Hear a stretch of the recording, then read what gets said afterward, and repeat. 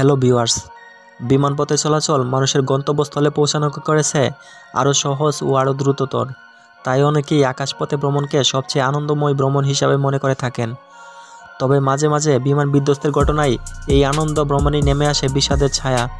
কারণ বিমান বিধ্বস্ত হওয়া মানেই বিমান থেকে বেঁচে ফেরার সম্ভাবনা খুবই ক্ষীণ। হাজারে হয়তো দু একজন বেঁচে ফিরতে পারেন।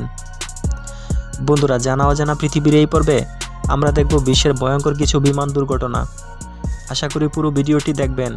আর আপনি যদি এই চ্যানেলে প্রথমবার হয়ে থাকেন তাহলে এই চ্যানেলকে সাবস্ক্রাইব করে পাশেই থাকুন।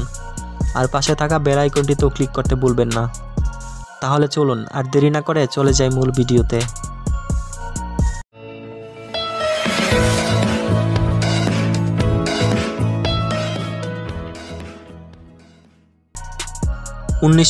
সালের 3 মার্চ দুর্ঘটনার কবলে পড়ে টার্কিশ এয়ারলাইন্সের ম্যাকডোনাল্ড DC-10 নামের বিমানটি।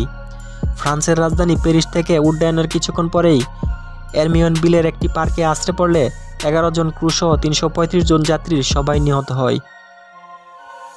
1977 সালের 27 মার্চ স্পেনের টেনেরিফে নর্থ এয়ারপোর্টে KLM রয়্যাল ডাচ এয়ারলাইন্সের একটি বোয়িং 747 বিমান উড্ডয়নের ঠিক পরপরেই প্যান আমেরিকান ওয়ার্ল্ড এয়ারওয়েজের অপর একটি বোয়িং 747 বিমানের উপর বিধ্বস্ত হয়। এতে দুই বিমানের মোট 574 জন যাত্রী সবাই নিহত হয়।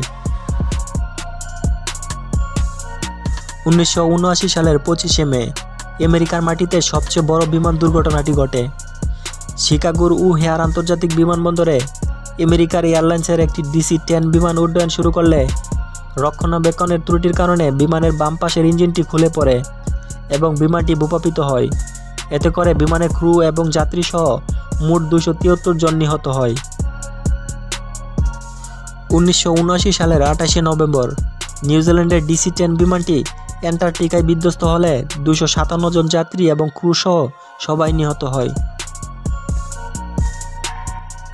1985 সালের 12 আগস্ট জাপানে একক বাণিজ্যিক বিমানের সবচেয়ে ভয়াবহ দুর্ঘটনাটি ঘটে। জাপান এয়ারলাইন্সের একটি বিমান টোকিও থেকে উড্ডয়নের কিছুক্ষণ পরেই দেশটির একটি পাহাড়ি অঞ্চলে বিধ্বস্ত হয়। এই দুর্ঘটনায় 250 জন নিহত হয়, কিন্তু বিস্ময়করভাবে 5 জন যাত্রী প্রাণে বেঁচে যায়। 1991 সালের 26 মে লর্ডা এয়ারের একটি বোয়িং বিমান উড্ডয়নের 12 মিনিটের মাথায় আকাশে বিকল হয়ে যায়।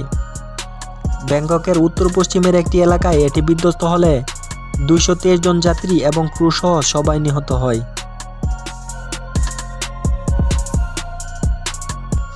1991 সালের 11 জুলাই সৌদি আরবের জেদ্দা শহর থেকে উড্ডয়নের কিছুক্ষণ পরেই আগুন ধরে যায় নাইজেরিয়ান এয়ারওয়েজ DC-8 বিমানটিতে।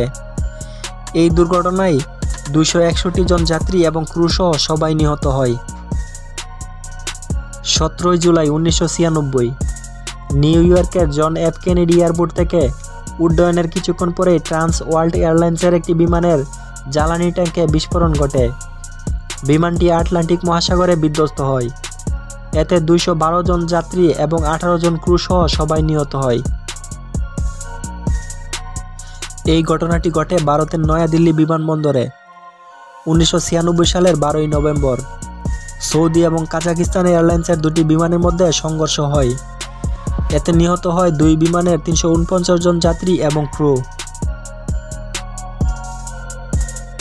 2018 সালের 12 মার্চ নেপালের কাঠমান্ডু ত্রিভুবন বিমানবন্দরে বিধ্বস্ত হয় বাংলাদেশের US বাংলা এয়ারলাইন্সের একটি যাত্রীবাহী বিমান।